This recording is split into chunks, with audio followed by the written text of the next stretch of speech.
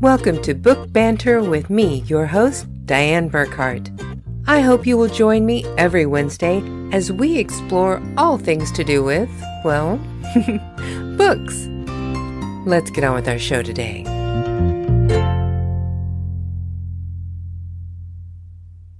Hello, my happy people. Today is June 1st, 2022, and I hope you're all having a wonderful, wonderful Wednesday.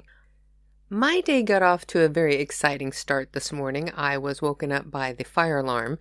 Don't worry, nothing was actually on fire. My husband was just cooking breakfast.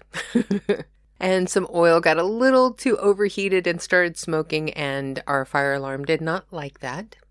So that was a rather rude awakening. But I went back to sleep for a while, and when I got up, I just immediately started in with housework and doing just a few things that I've been kind of putting off, like, dusting over the door frames and all of that. And I realized part of this is just my attempt at procrastinating, to keep from facing the fact that I need to sit down and write. I have been doing that so much with this last book, and I'm fighting it constantly every day, but it is a real struggle. I am winning. I am winning the struggle, but it's tough. One of the things that I thought I wanted to talk to you about today was how people actually write books. What is the process? There are so many different ways that you can do this. There are, of course, the very common ones. Whenever you go into many writing groups on different social media platforms, you will always see people asking, are you a plotter or a pantser? And if you don't know what that means, a plotter is somebody who actually sits down and writes out an outline for the entire piece that they're working on, or at least most of it, so that they know in this chapter this is going to happen, in this chapter that's going to happen, and this is going to be the conclusion that brings it all together at the end. If you're a pantser, you just sit down and start writing and see where the story takes you. Or you can do a combination of the two. But for me, I am a total pantser. I have tried to write outlines and plot. I mean, that's basically the way that they teach you how to do it in creative writing in university. And I've always been told you make an outline, you give like a little bit of a paragraph just to know what you're going to be doing in each section of your writing. And I can't do that. I mean, I'll do it, but then when I actually go to write the story, it completely changes every single time. The characters in my head are just like, yeah, that was a nice outline. That was very cute. Thanks for doing that. But we're going to go over here and do this instead. Every single time. So I finally just got to the point where I'm like, okay, I give up. The voices in my head win. I will just follow your guide for the stories and quit doing this.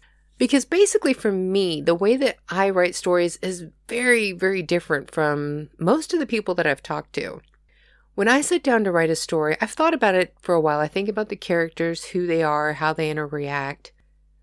But I don't really think about where I want to go from point A to point B. I just know I do have these characters and I want them to end up over here. And when I sit down to write, it's like a movie just starts playing in my head and I'm just sitting there writing down what I see. It's more like I'm a journalist, that I'm just relaying the events that I have been watching to all of you. I don't try to direct it. I don't really think about it too much. I just sit down and start writing the story from beginning to end.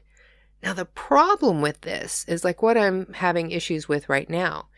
If I sit down to write and that movie in my head doesn't start playing, I have nothing to write. I have nothing in my head to kind of help get it going. It's just an automatic thing for me. It always has been. So when that movie doesn't start playing for me to relay to you, I'm just kind of up a creek. Seriously. So I have been sitting down and going over what I've already written, trying to get that movie started again.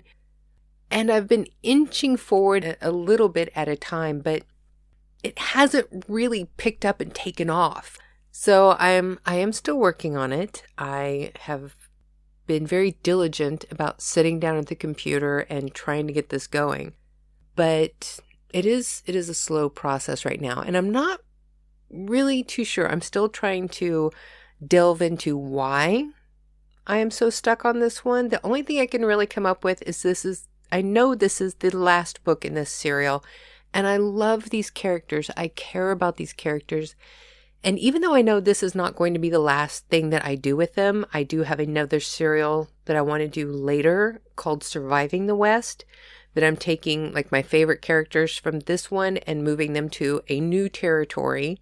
This will be the second book in the Territory Saga serials, and, have, their life going there. So I know I'm not saying goodbye to them, but I'm saying goodbye to this point in their lives, and it's sad. I hate that I don't want to let them go. But I have so many other things that I want to write that I know I need to do this. I need to finish it. I need to let it go. Plus, I keep reminding myself, I had wanted to originally release Into the West Family Ties for Christmas because there's a section that happens at Christmas. But that didn't happen, obviously.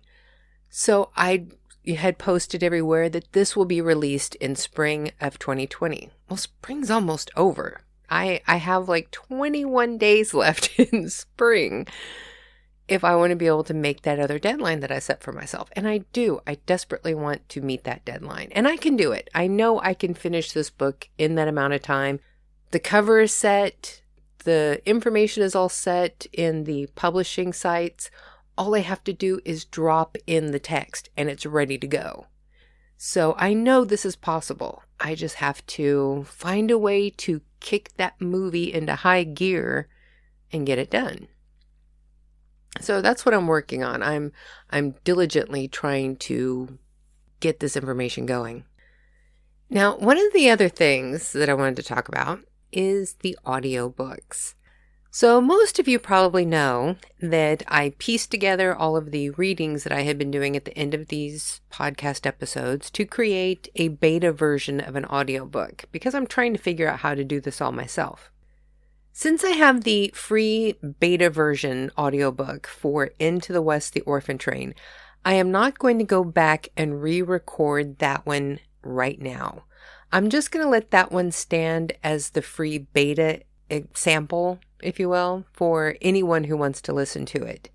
I'm going to start the professional recordings with Book 2, Into the West, A New Home. I'm going to go through all of the audiobooks, and this is coming after I finish and publish this last book, Into the West Family Ties. I'm not going to do the rest of the audiobooks until that is done, so don't worry, I'm not finding more things to procrastinate with. The audiobooks are all coming after the last book is published. But I'm going to start with Into the West, A New Home, Book 2, and then go through all the rest of them to the end to Into the West Family Ties. And then after all of those are done, then I'll go back and redo Into the West, the Orphan Train in a more final professional version that will be for sale. And I'll leave the freebie up. People can listen to that one if they want to, or they can buy the one that, sounds more professional. I'm not really too hung up on that one because I've always used that first book as sort of a free promotional giveaway to get people into reading all of the other books. And I figured I'm probably going to do the same thing with the audiobook version of it to try and get people interested to come in and listen to the other audiobooks. So that way they'll have an option. They can just do the free beta version, or they can pay a couple of dollars to listen to the professional version of the first book.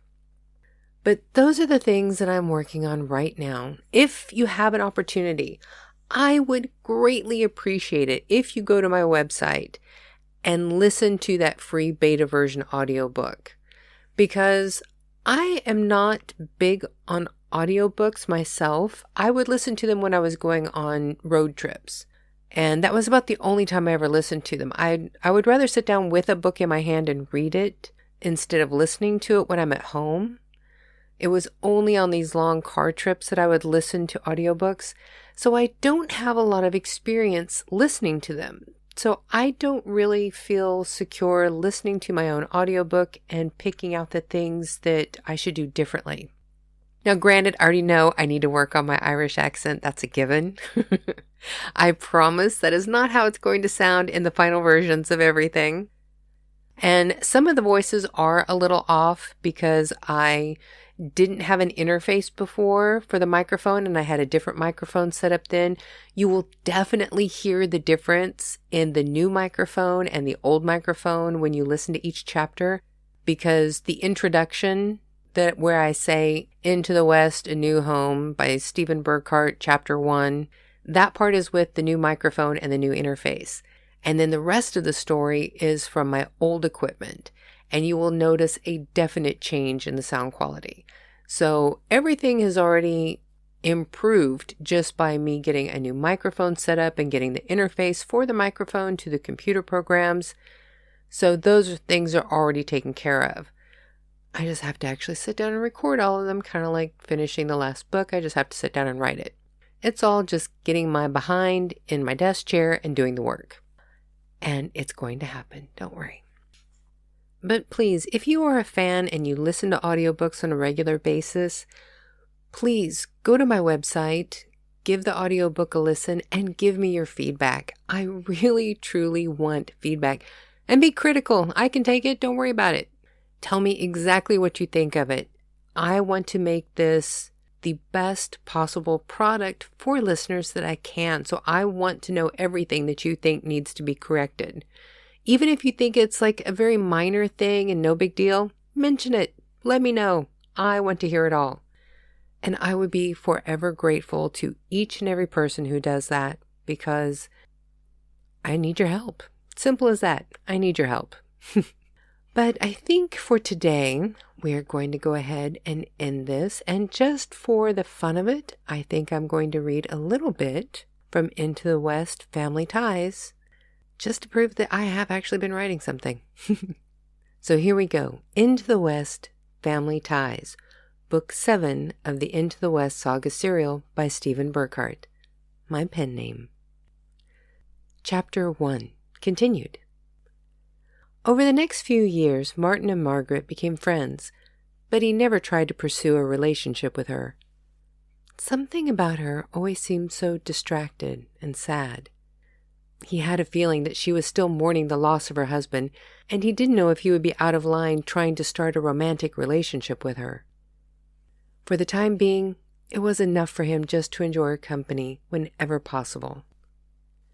The last year, Martin noticed Margaret seemed to be losing weight, and he often inquired about her health. She always assured him she was fine, and it was just the hard work of a scullery maid that was thinning her out. When Martin would inquire about her children, she would always reply that they were fine and quite happy. Several times Martin gave her toys for the children. Margaret would always refuse them at first, but eventually he was able to persuade her to take them. He didn't know at the time that her children never saw the toys he gave her. Margaret sold them on the way home to buy food for the children instead. It was his generosity which had allowed her to keep the children with her a few more months than she had expected. Martin noticed right away when Margaret stopped showing up to work.